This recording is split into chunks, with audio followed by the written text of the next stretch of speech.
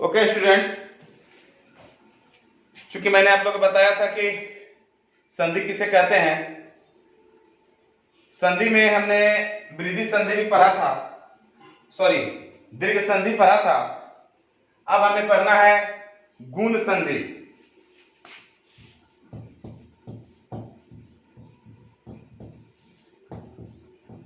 गुण संधि किसे कहते हैं,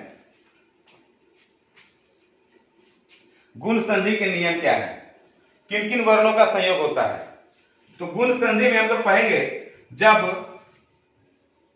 वर्ण स्वर वर्ण अ या आ के साथ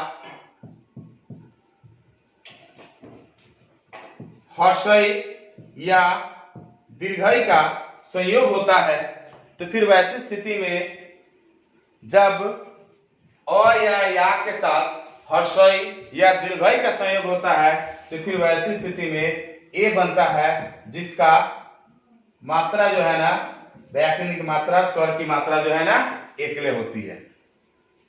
ठीक है।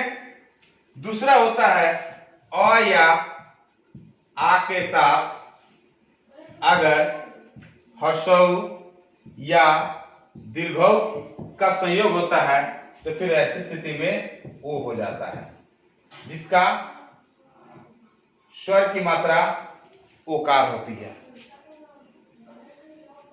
इसे कहते हैं गुण संधि।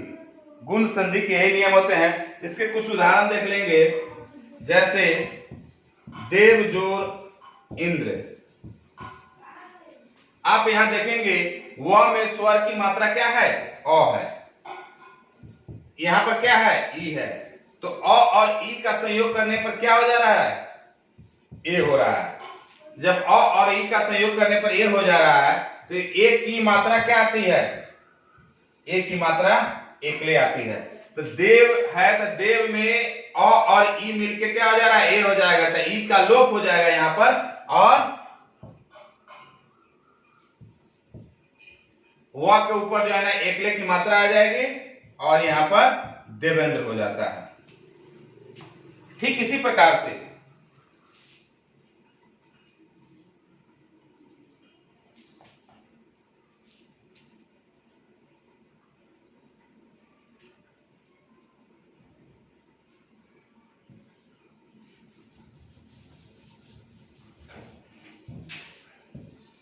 पर जोर उपकार। पर जोर उपकार, यहां पर अ है, र में अ की मात्रा है, और जोर यहां पर उ है। तो अ और उ मिलके क्या हो जाता है, ओ हो जाता है। ओ की मात्रा क्या आती है, ओकार की मात्रा आती है। तो यहां पर उ का लोप हो जाएगा, और पर है तो ओ की मात्रा आ जाएगी, परोपकार। इस प्रकार से गुण संधि को हम लोग पढ़ते हैं। ठीक है। अब हम लोग बात करते हैं वृद्धि संधि की। तो वृद्धि संधि में ज्यादा कुछ नहीं होता है। अभी हमने गुण संधि में पढ़ा अ और आ के साथ अगर हर्षई या दीर्घई का करेंगे तो ए आता है। तो फिर हम यहां पर डायरेक्ट ए या आय को जो गुण संधि में आया है उसके साथ, और उसका जो बृहद रूप है एक के बाद अय आता है, तो उसके साथ हम अय का प्रयोग कर लेते हैं। तो दोनों स्थिति में अय ही आएगा, जिसका मात्रा ये होता है। दूसरा आता है अ के साथ या आ के साथ हम ओ या अ का प्रयोग करेंगे। गुण संधि में अ आ के साथ उ का प्रयोग करने पर ओ आया था, और यहां पर अ आ के साथ अगर ओ या अ का प्रयोग करेंगे, तो फिर वैसी स्थिति में दोनों स्थिति में अ ही आएगा, जिसका मात्रा होता है औकार। अब यहां पर देखेंगे, इसका कुछ उदाहरण देख लेंगे। तथा जोर एव। तो यहां पर क्या है, आ है, और जोर क्या है, ए है। आ और ए मिलकर क्या बन रहा है, ऐ बन रहा है। ठीक है। और ऐ की मात्रा क्या होती है, ऐ की मात्रा क्या होती है, ए होती है, ए होती है। तो फिर वैसी स्थिति में तथा जो रे, तो एक का लोप हो जाएगा और आकार के जगह पर क्या आ जाएगा, तथैव। इस प्रकार से वृद्धि संधि में हम लोग जानते हैं। फिर हम देखते हैं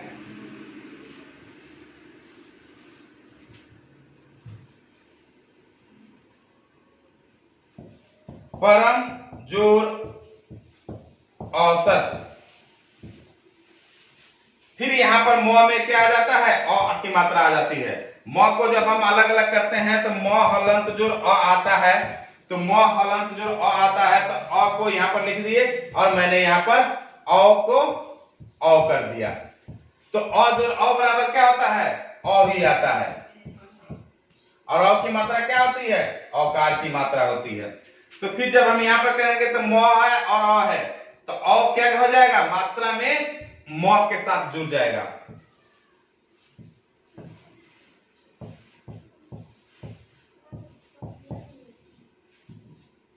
इस प्रकार से हम गुण और वृद्धि संधि को पढ़ते हैं।